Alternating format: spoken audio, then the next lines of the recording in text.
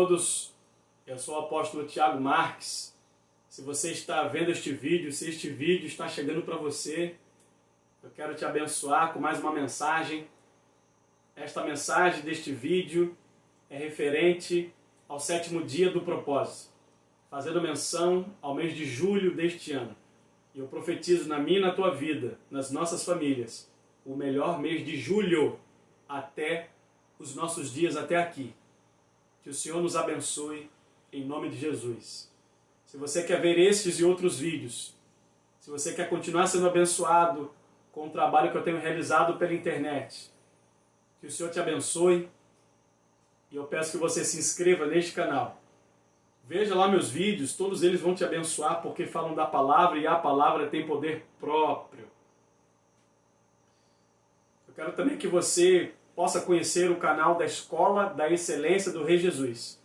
É o meu outro canal no YouTube. Veja lá o ensino que o Espírito Santo me dá para explicar para a amada igreja algumas coisas como funcionam, ensinando o corpo de Cristo e todos aqueles que querem aprender mais da palavra de Deus e do Senhor. Se inscreva nesses dois canais, mas em especial nesse vídeo você pode colocar os seus pedidos de oração.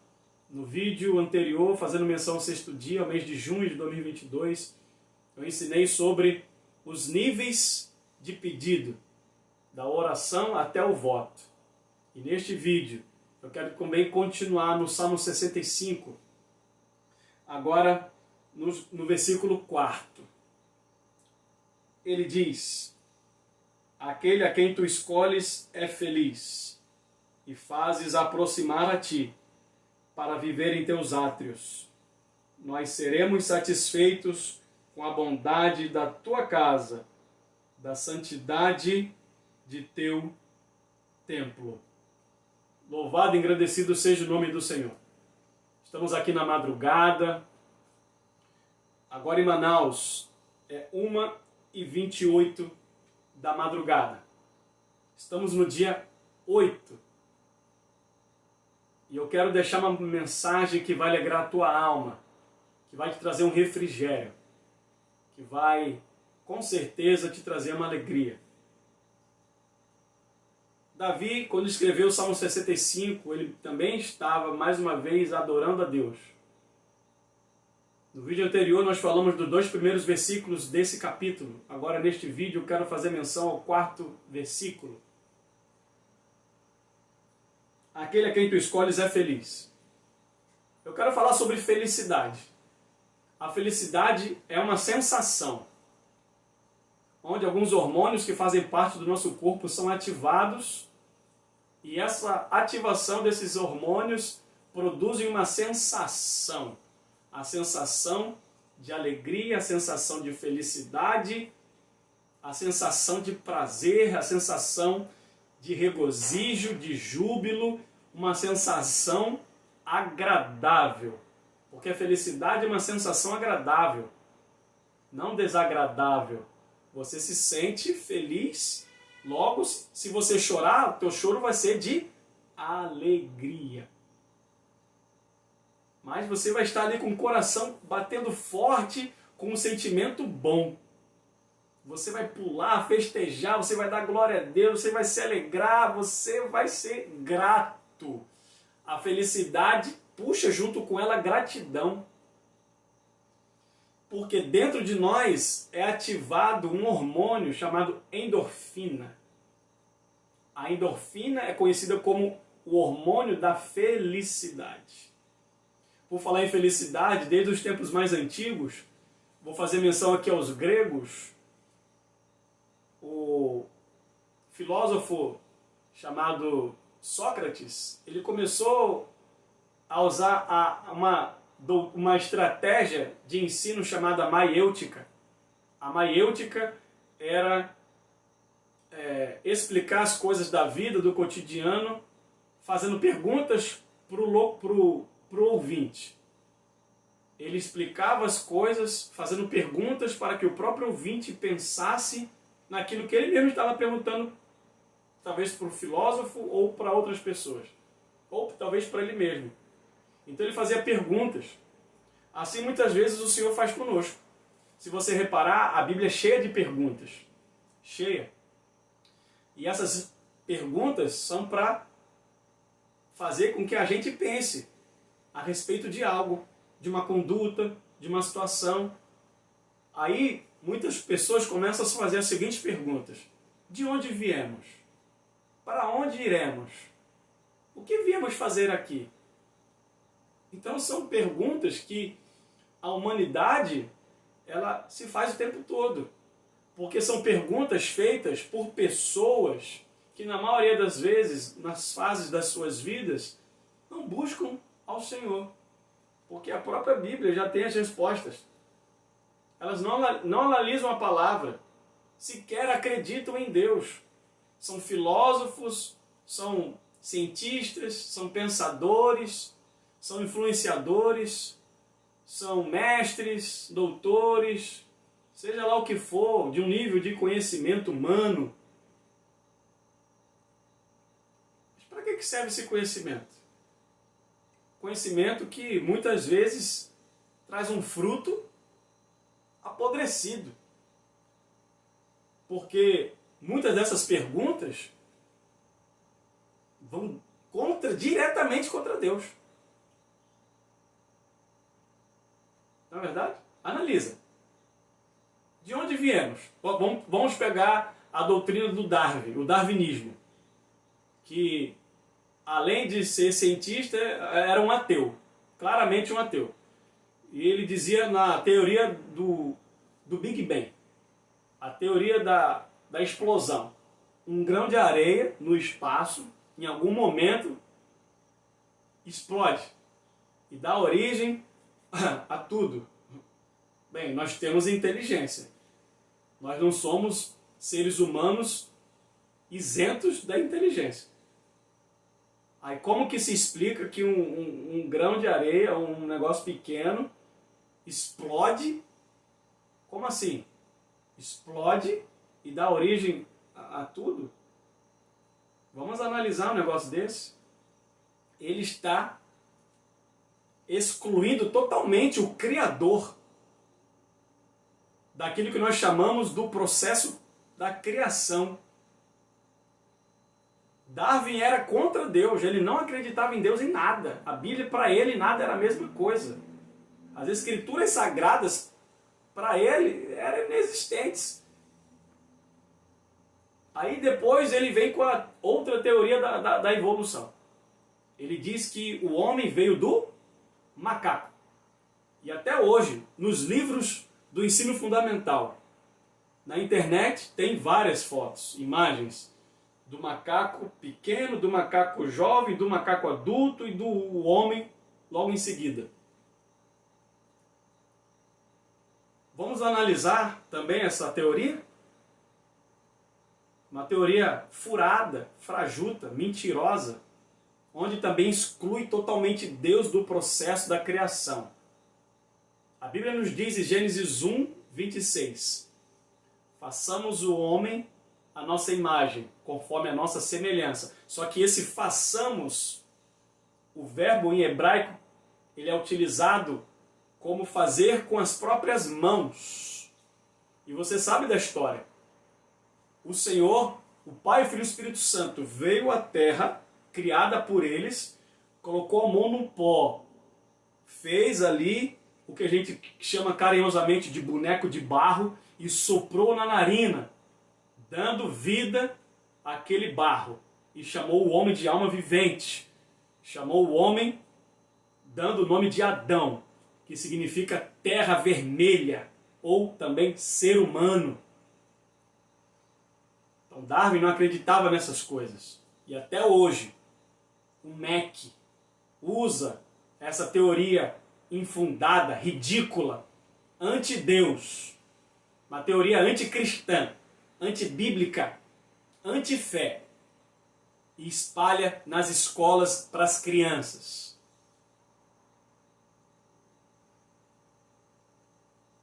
Voltando à felicidade, falando de um homem, logo em seguida a Sócrates. Sócrates usava a técnica da maiêutica, e explicou várias coisas, mas ele pouco escreveu. Quem escreveu os seus ensinos foram os seus discípulos, começando por Platão.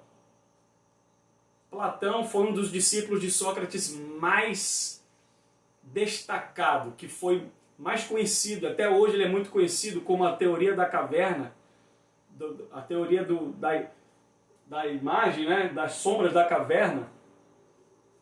Até hoje isso é usado na ciência, na economia, na administração, em vários lugares.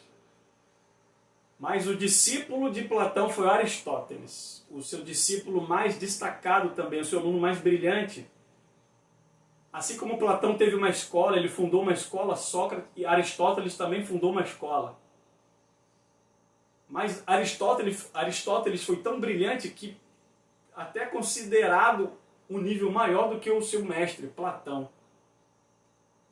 Então, entre os três, Sócrates, Platão e Aristóteles, Aristóteles foi o que mais falou a respeito da felicidade.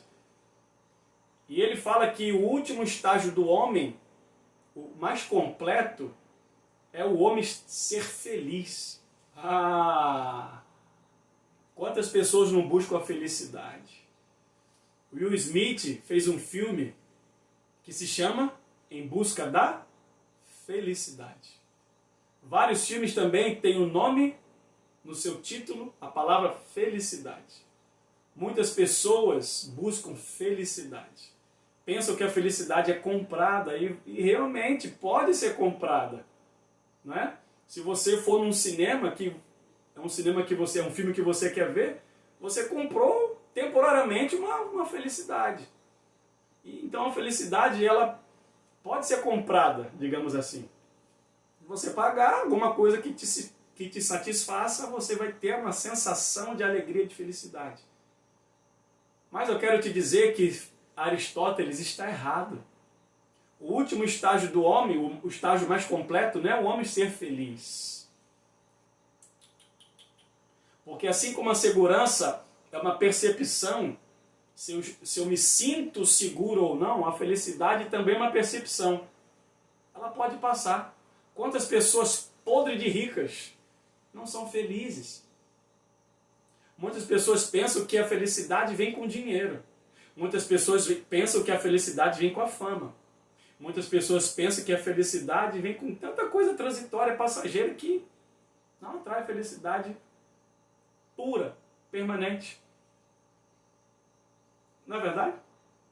Quantas pessoas não fazem pacto com o diabo para ter riqueza, fama, fortuna? Mas o inimigo vai cobrar caro isso. Cobra muito caro. A gente vê muitas celebridades que não têm temor de Deus fazendo isso. A gente está vendo aí, recentemente, né, uma guerra política, uma guerra ideológica sem cessar. Porque o presidente atual do Brasil, Jair Bolsonaro, está combatendo todas essas trevas que foram colocadas no Brasil desde o período o governo militar, antes do regime militar, porque os militares assumiram o governo porque eles queriam entregar o Brasil ao comunismo. Os militares tiveram que tomar frente e chamam isso de golpe militar, ditadura. Não, foi o regime militar.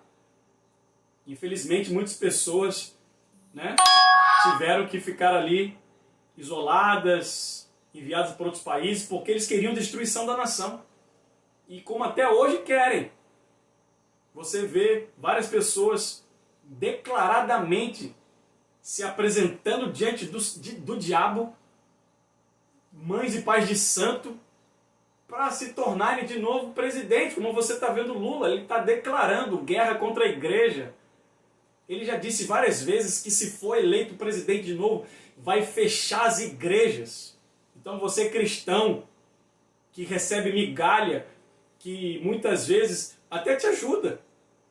Eu sei, mas é uma migalha. Bolsa Família, bolsa aquilo, uma forma de controlar, de uma marionete.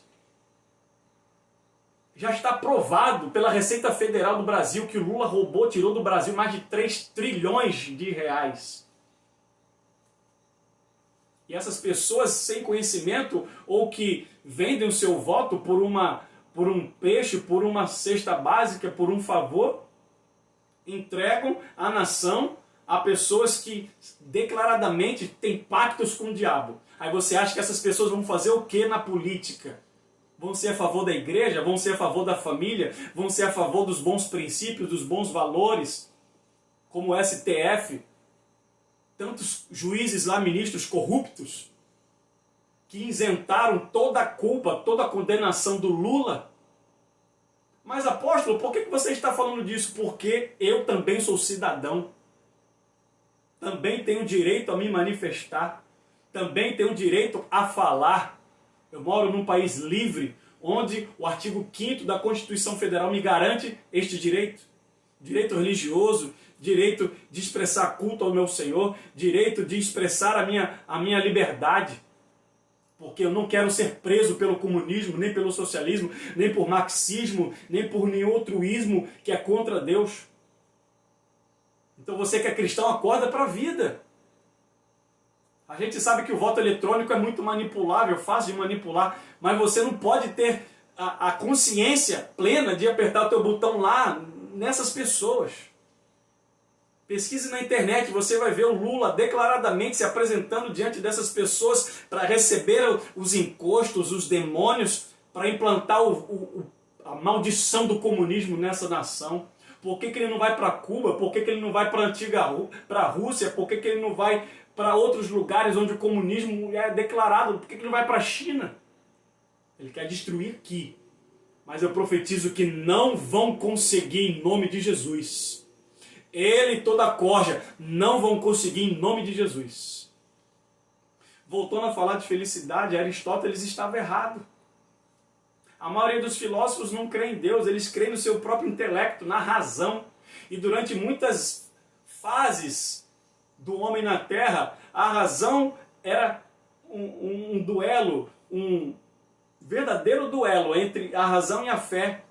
Um período em que isso mais aconteceu foi o período chamado Idade das Trevas, onde a razão foi colocada novamente acima da fé. Mas a gente sabe que a razão não produz milagre, aleluia. Mas a fé atrai o milagre. A fé nunca vai ser menor que a razão. A gente não deixa de ser irracional porque está ativando a fé. Muito pelo contrário, a ativação da fé é algo racional. É mais racional do que qualquer outra coisa. A Bíblia diz que nós devemos apresentar ao Senhor um culto racional. Ou seja, você vai usar a sua razão, mas também você vai usar a sua fé. A ciência hoje, através de muitos cientistas que já estão se convertendo ao Senhor, já está provando que é a fé sempre maior do que a razão. Tentaram provar se o Mar Vermelho realmente foi aberto. Aí os cientistas foram lá naquela região do Mar Vermelho, onde a Bíblia diz que foi a travessia do povo de Israel. O que aconteceu? Comprovaram que verdadeiramente o mar se abriu. Glória a Deus! A gente já sabe disso. Nós já damos glória a Deus, mesmo sem saber se os cientistas foram lá comprovar ou não. Também tentaram comprovar vários outros fatos que a Bíblia diz. E todas as vezes que esses cientistas foram querer comprovar se a Bíblia diz a verdade ou não, deram de frente com a verdade. Fatos históricos que aconteceram de verdade. Louvado seja Deus! Mas a Bíblia nos diz, Jesus dizendo para Tomé, bem-aventurados são aqueles que não viram, mas creem. Eu não vi nada disso, você não viu nada disso, mas a gente crê. Nós somos bem-aventurados. Aqueles que não creem, que não recebem, não acreditam, não fazem parte disso. A felicidade deles é temporária. É tão temporária quanto a respiração.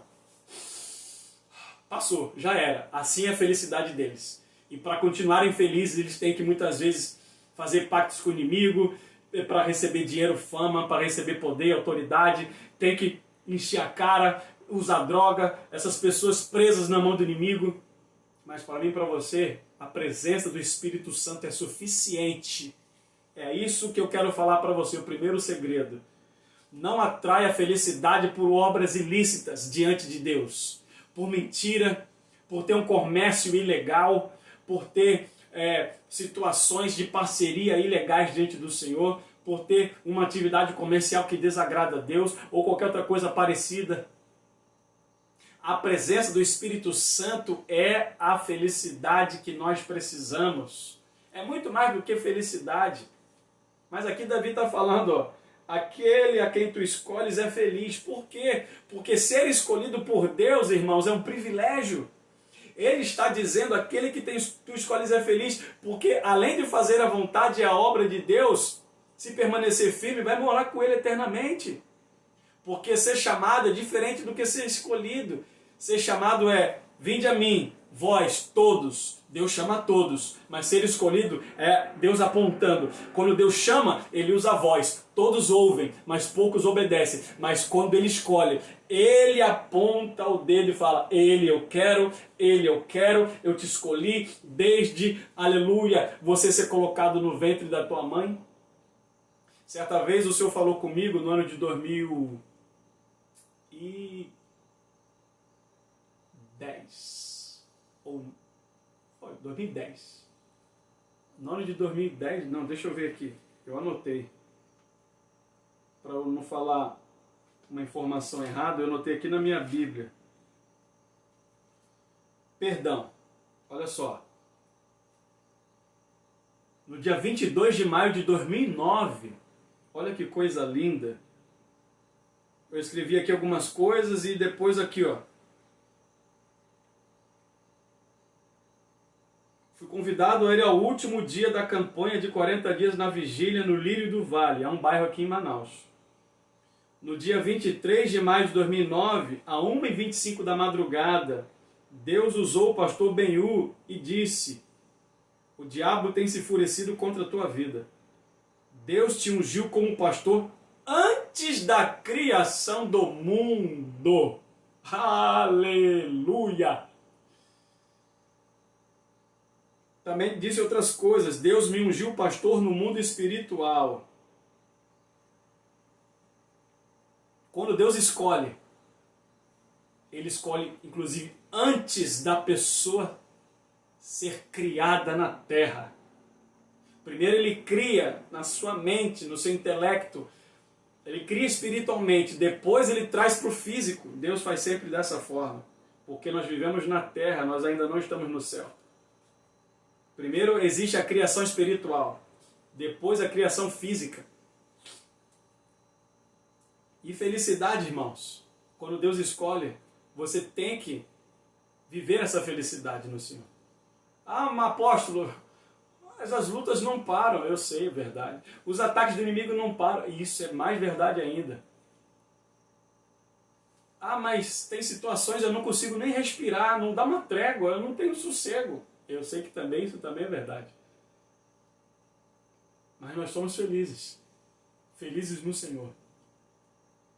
A Bíblia diz, 1 Pedro capítulo 1, versículo, se não me engano, 7. Nisto exultai, mesmo que a vossa fé, muito mais preciosa do que o ouro perecível, seja apurado pelo fogo, ela resulte em honra, glória e louvor para o nome do Senhor Jesus. O que ele está querendo dizer, Pedro? A nossa fé, a nossa vida, ela é provada o tempo todo. E muitas vezes com fogo. Provas difíceis, provas complicadas, provas muito difíceis. Mesmo assim, a gente tem que glorificar a Deus. Tem que louvar o nome do Senhor. Aqui Davi está dizendo, aqueles que são escolhidos por Deus são felizes. Isso é pura verdade. Porque Deus nos enche de bênçãos. A nossa vida não é só luta, então você tem que ter uma outra percepção, segundo o segredo que eu quero falar para você. Perceba diferente a sua vida, perceba diferente o seu caminhar, perceba diferente os procedimentos que acontecem na sua vida. Quando o povo de Israel foi retirado do Egito, eles atravessaram o Mar Vermelho, chegaram do outro lado, o mar se fechou em cima dos egípcios, os egípcios morreram, eles estavam livres. Mas a percepção da maioria deles foi o quê? Moisés, por que você nos tirou do Egito? Estamos com sede, primeira prova. Lá a gente tinha água, casa, comida, carne, a gente tinha tudo isso. Olha a percepção deles, uma percepção errada. Viveram a vida toda presos, escravos, estavam ali, ó, com os olhos fechados, sem perceber que estavam livres e que Deus poderia dar para eles muito mais do que eles tinham no Egito. Muitas vezes a gente é assim, né? A gente chega para um irmão e pergunta, a gente fala, Pai do Senhor, irmão, e como é que estão as coisas? Ah, muita prova. Muita gente só fala isso. Tem uma percepção mesquinha da sua vida. Tem uma percepção pequena da obra do Espírito Santo. Ah, estou na prova. Ah, vou levando. Você tem que glorificar a Deus. Isso não glorifica a Deus. Quando te perguntarem, aí, como é que você está? Como é que vai? Você diga, vai tudo bem. Igual aquela sunamita que estava com o filho morto. E quando o moço do profeta Eliseu perguntou, o que está acontecendo?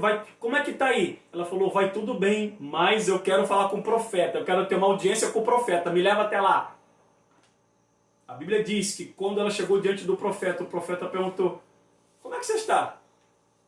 O filho dela estava morto lá. Ela falou, vai tudo bem, mas eu preciso que o Senhor me acompanhe. Olha que fé daquela mulher. Diferente de muita gente que se diz cristã e fala, é igual aquele desenho animado, ó vida, ó céus, ó mundo cruel. Tô brincando assim com você para você se despertar. Se desperta. A gente não vai ter felicidade o tempo todo aqui não, a gente não vai sentir a felicidade o tempo todo. Jesus disse isso, no mundo tereis aflições, mas tende fé, crede em mim, eu venci o mundo e vós também vencereis. Que é promessa maior que essa? Glorifica Deus, está na prova, glorifica. Apóstolo, é fácil você falar, não está na prova? Não estou? Vem viver o que eu estou vivendo. Não tem só prova não, tem muita bênção. E por causa da prova e por causa da bênção, eu glorifico a Deus. Faça o mesmo, não seja igual o povo de Israel, na maioria saindo do Egito. Mas era melhor de ter ficado lá.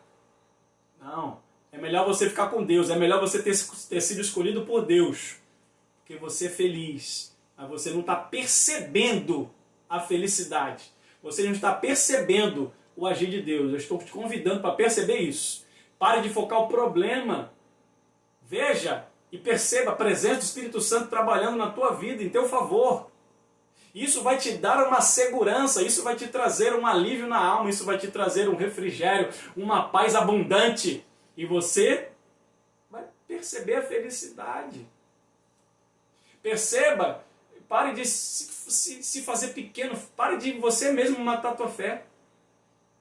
Mas eu estou passando problema, é luta que não para, que não cessa. Sim, mas se você já é convertido ao Senhor, teu nome está escrito no livro da vida. Seja feliz por isso. Louvado seja o nome do Senhor. E fazes aproximar a ti, ou seja, quando Deus escolhe, em algum momento da vida dessa pessoa, Ele chama para si, Ele faz aproximar. Ele atrai. O profeta Jeremias, no capítulo 1, ouviu em sonho de Deus. O Espírito Santo veio até ele em forma de uma menina, no corpo de uma menina em sonhos, e disse, Jeremias, profetiza. E Jeremias, ainda em criança, naquele sonho, disse, eu sou uma criança. E o Espírito Santo fala para ele, não digas que tu és somente uma criança, porque eu, aleluia, te escolhi ainda no ventre da tua mãe e estou te consagrando hoje como profeta entre as nações, eu te enviarei. E lá no final do capítulo, se não me engano, no versículo 19, o Senhor diz para ele, olha, pelejarão contra ti, mas não prevalecerão. As pessoas que pelejam contra nós, amados, não vão prevalecer. Os nossos inimigos não vão contar vitória, não vão prevalecer, porque, aleluia, Senhor Jesus na cruz nos fez mais do que vencedores. Creia nessas palavras, receba essas palavras, se alegre, fique feliz com isso. Os nossos inimigos não vão prevalecer, sejam demônios, sejam pessoas, seja lá a circunstância, seja o que for, seja impossibilidade, seja uma doença, seja talvez até a morte, não vão prevalecer. Paulo escreveu, morte, onde está o teu poder, o teu aguilhão? A morte foi tragada pela glória de Deus.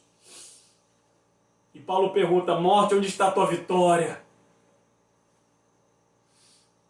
Aleluia.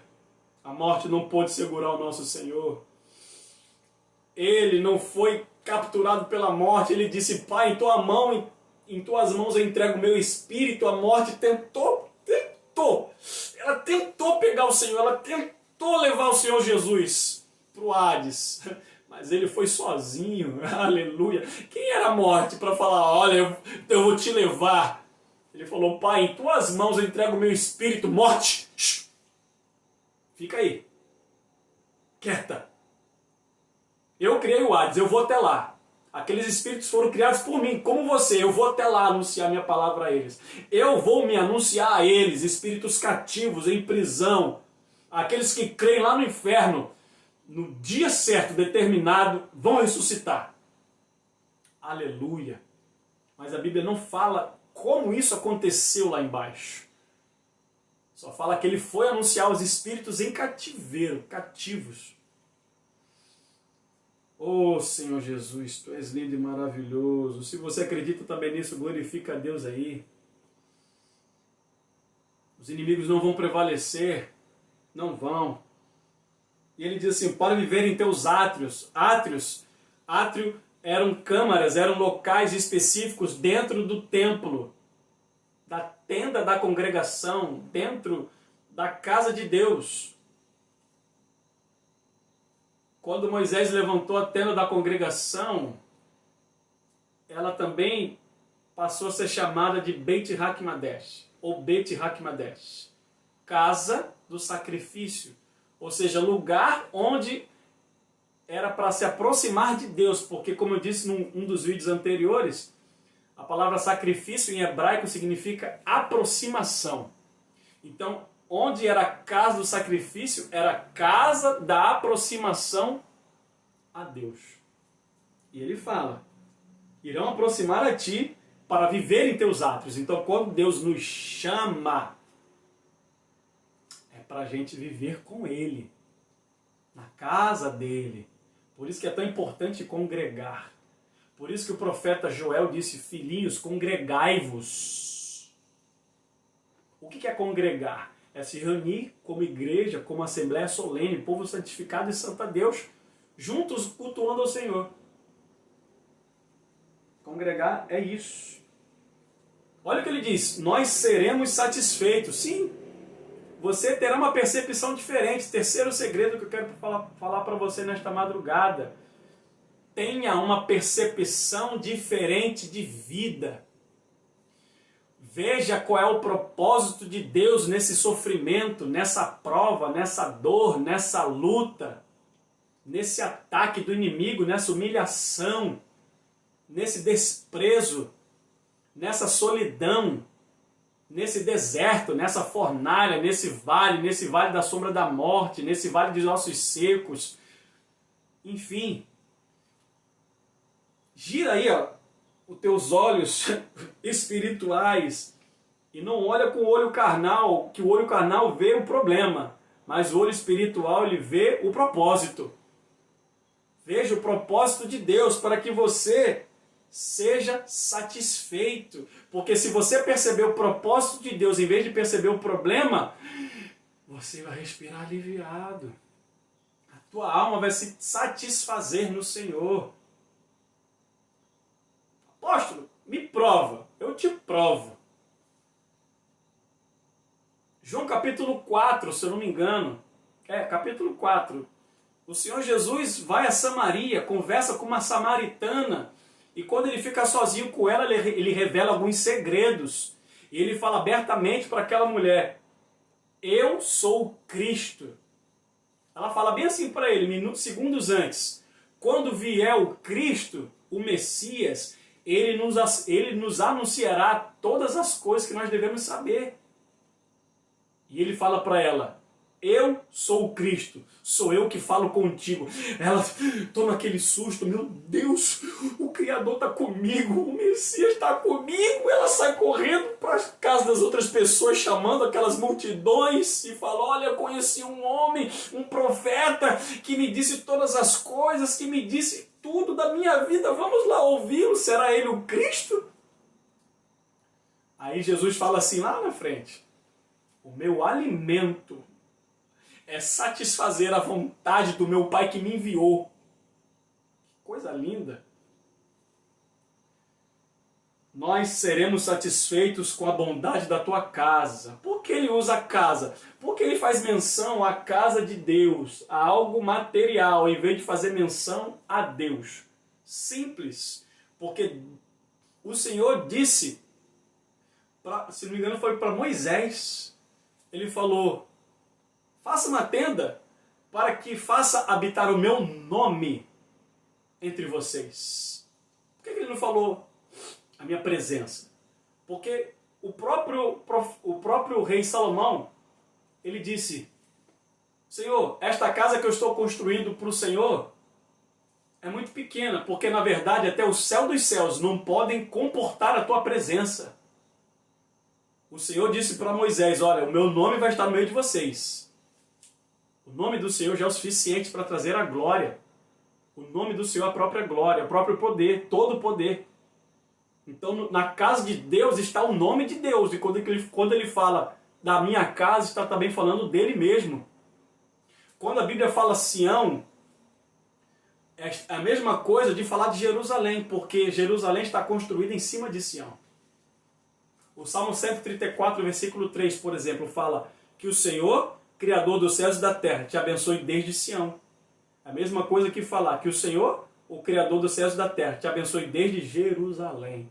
Você recebe para a sua vida? Toma posse, porque eu tomo para a minha. Seja satisfeito na presença de Deus. Seja satisfeito porque Deus te escolheu. Seja satisfeito porque o Senhor te chamou para se aproximar dele. Seja satisfeito porque Deus te chamou e te escolheu para a salvação, não para a perdição. A Bíblia nos diz em Ezequiel que Deus criou uns para a perdição e outros para a salvação. Então seja satisfeito porque Deus poderia ter deixado você passar e ser colocado na condenação, na perdição, mas Ele não deixou você passar. Ele te selecionou, te separou, te escolheu, disse, ó, você é meu, você vai vir para a minha direita, você vai vir para a salvação, você vai vir para a eternidade comigo. Então seja satisfeito por isso, da santidade de teu templo. O templo em si não exala a santidade, mas só passa a fazer isso porque tem a presença do Espírito Santo. Quando Salomão foi consagrar o templo ao Senhor, a Bíblia fala que veio uma névoa, desceu uma nuvem e veio uma fumaça e tomou todo aquele templo, de maneira que ninguém podia ficar em pé, nem os cantores, nem os músicos, nem os sacerdotes, nem o povo que estava ali dentro, ninguém podia permanecer de pé, porque a presença do Senhor, os querubins estavam levando a glória de Deus, e Deus fez fisicamente que ninguém enxergasse aquele momento, mas espiritualmente era uma glória, era um poder tão grande que eles tiveram que ficar sem ver. A fumaça veio e tomou aquele ambiente. Fazendo menção a isso, o Espírito Santo me lembra de Isaías capítulo 6, quando ele diz que ele fala sobre no ano que morreu o rei Uzias, eu vi o Senhor sentado no alto e sublime trono. Os serafins voavam acima dele. Cada um tinha 6 asas, com 2 cobriam sua face, com 2 cobriam seus pés, e com 2 voavam e clamavam uns para os outros. Santo, Santo, Santo é o Senhor dos exércitos. Kadosh, Kadosh, Kadosh, Yahweh Tsebaot. Então, as bases das portas se agitavam com a voz dos que clamavam, e a casa se encheu de fumaça. Aleluia! Quando os serafins clamavam e louvavam a Deus, a casa se encheu de fumaça. Toda vez que você louva a Deus, independente se você está na tua casa, na casa de Deus ou não, quando você louva, você atrai a presença do Espírito Santo. Quando você adora o Senhor, o Espírito Santo, ele é atraído pelo som, ele é atraído pelas ondas sonoras, ele é atraído pela tua voz e vai onde você estiver. Ele muda o quadro, ele manda muitas vezes para mim e para você, através dos seus servos profetas, inclusive na palavra, mas também diretamente. No tempo de hoje ele fala, me louva, me adora, e você vai ver o que eu vou fazer. A minha esposa, ela tem vários testemunhos desse. Muito tempo atrás, antes da gente se conhecer inclusive, ela tinha um cantinho da casa dela, onde tinha uma mesa, e ela ficava debaixo da mesa, muitas vezes chorando, clamando ali. E chorando ali, clamando, ela louvava a Deus. E quando ela ia para o culto, no mesmo dia ou no dia seguinte, o Senhor falava: minha serva, eu tenho te visto debaixo daquela mesa me adorando, continua me louvando, continua me adorando. Eu falo a mesma coisa para você, louva a Deus, engrandece o nome do Senhor. Se eu não me engano é o Salmo 22, que ele fala que Deus habita no meio dos louvores do povo de Israel. Você pode perceber que música mundana, música secular, nunca terá a presença do Espírito. Quando eu era funkeiro, dançava lá o funk, o Espírito Santo não estava presente em nenhum lugar, muito pelo contrário, estava longe dali. Até eu entender isso, demorou muito tempo. E eu me converti ao Senhor, e hoje eu quero te falar: louva a Deus, atrai a presença do Espírito Santo, e você verá o que Deus vai fazer, você vai ter felicidade, você talvez vai ser até batizado pelo Espírito Santo, batizado com o Espírito Santo e com fogo. Louva a Deus, glorifica a Deus, exalta o Senhor. A minha tua felicidade não depende de coisa humana.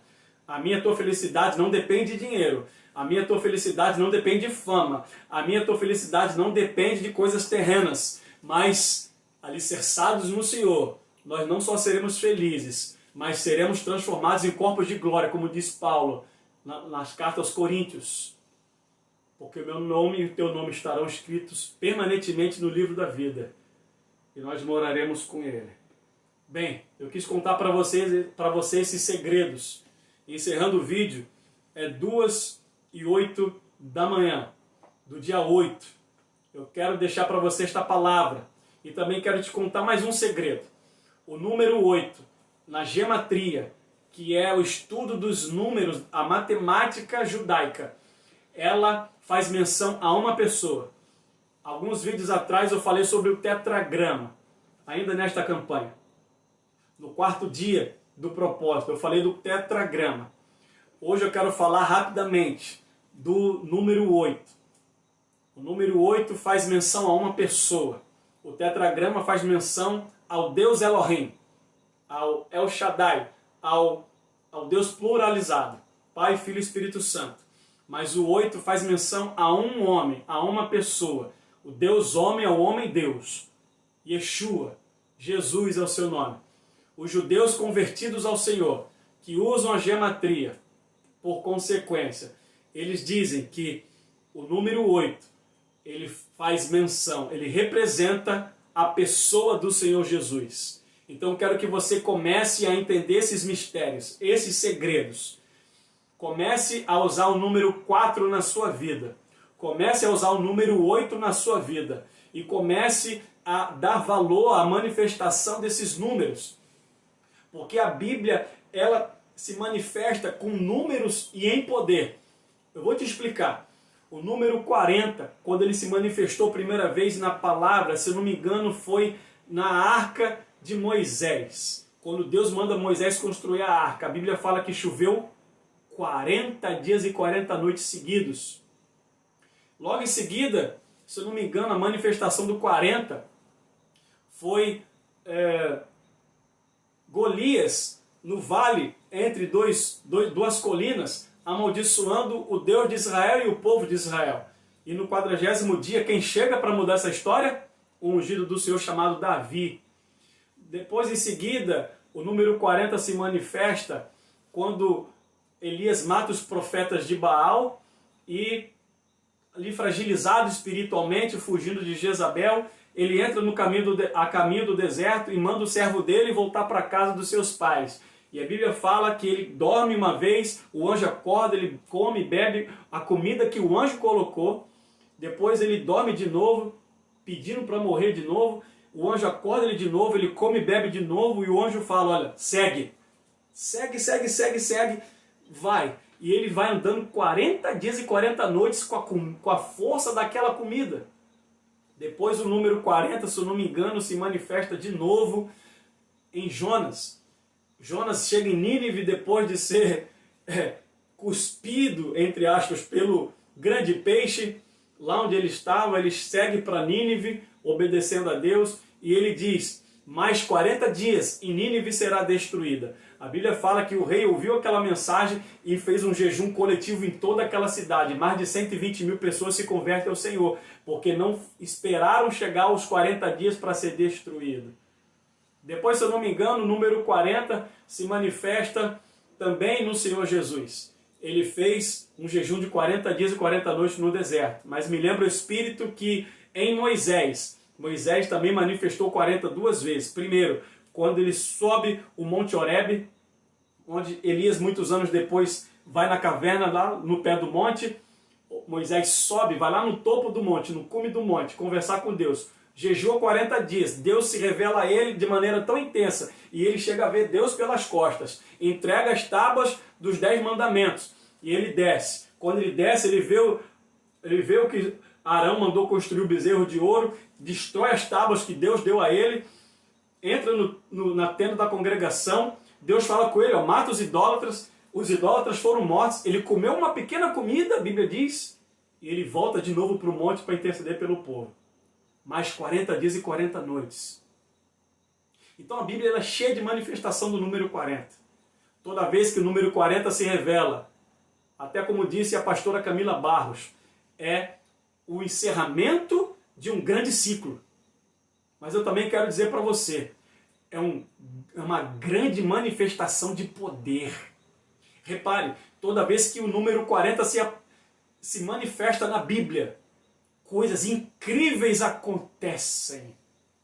É um grande movimento de abertura espiritual. É uma manifestação intensa de poder. Então, quando você usa o 4 com o 10, você tem grandes manifestações de poder. Use o número 4. Comece a usar o número 4. Comece a dar atenção ao número 4. Comece também a dar atenção ao número 8. A palavra Yeshua, quando você soma na gematria, a representação numérica de cada letra no hebraico, ela vai dar 8 no total. O nome Yeshua, vou repetir, o nome Yeshua, na gematria, ela totaliza, o nome totaliza 8. Então os judeus messiânicos que acreditam no Senhor Jesus, como nós acreditamos, eles têm razão. Porque eles também dizem que a nuvem que acompanhou o povo no deserto quando eles saíram do Egito, a nuvem de dia produzia sombra, refrigerava todos eles ali embaixo, naquele calor, trazia sombra, também trazia água de vez em quando. E de noite, no entardecer para a noite, ela virava uma coluna de fogo, esquentava, ou seja, aquela nuvem estava zelando pelo povo, cuidando, ali mantendo a meteorologia para o povo de maneira adequada. Aquela nuvem e aquela coluna de fogo é representação do número 8. Os judeus messiânicos dizem que aquela nuvem é o próprio Senhor Jesus, transformado, se fazendo manifestar naquela nuvem e naquele fogo. É o próprio Senhor Jesus. Aquela coluna de nuvem, aquela coluna de fogo, é uma representação da pessoa de Cristo. Você tem noção disso? Do zelo do Senhor pelo seu povo, assim é comigo e contigo. O nosso Senhor Jesus, Ele disse que Ele estará conosco todos os dias, até a consumação dos séculos. Então receba desse segredo para a tua vida. Receba e sinta a presença do Senhor através do seu Espírito. Quer ser feliz? Perceba a presença do Espírito. Quer se sentir feliz? Perceba e receba a presença do Espírito. Mas viva na palavra, medita na palavra. Come o rolo, como ele disse para o profeta Ezequiel, como ele disse para o profeta João. Come o rolo, medita nela, viva nela, receba ela. Bem, eu quis contar esses segredos para você nessa madrugada. Que o Senhor te abençoe poderosamente. Se inscreva nesse canal. Você vai ser muito abençoado. Compartilhe esse vídeo com milhares e milhares de pessoas. Gaste bastante tempo aí compartilhando com seus grupos de WhatsApp. Vai, coloque no teu Instagram, coloque esses links, coloque no Facebook. Eu desejo para você muitas bênçãos. O vídeo de hoje faz menção ao mês de julho. Que o Senhor te abençoe poderosamente. Que o Senhor nos abençoe poderosamente em nome de Jesus. A paz de Cristo a todos.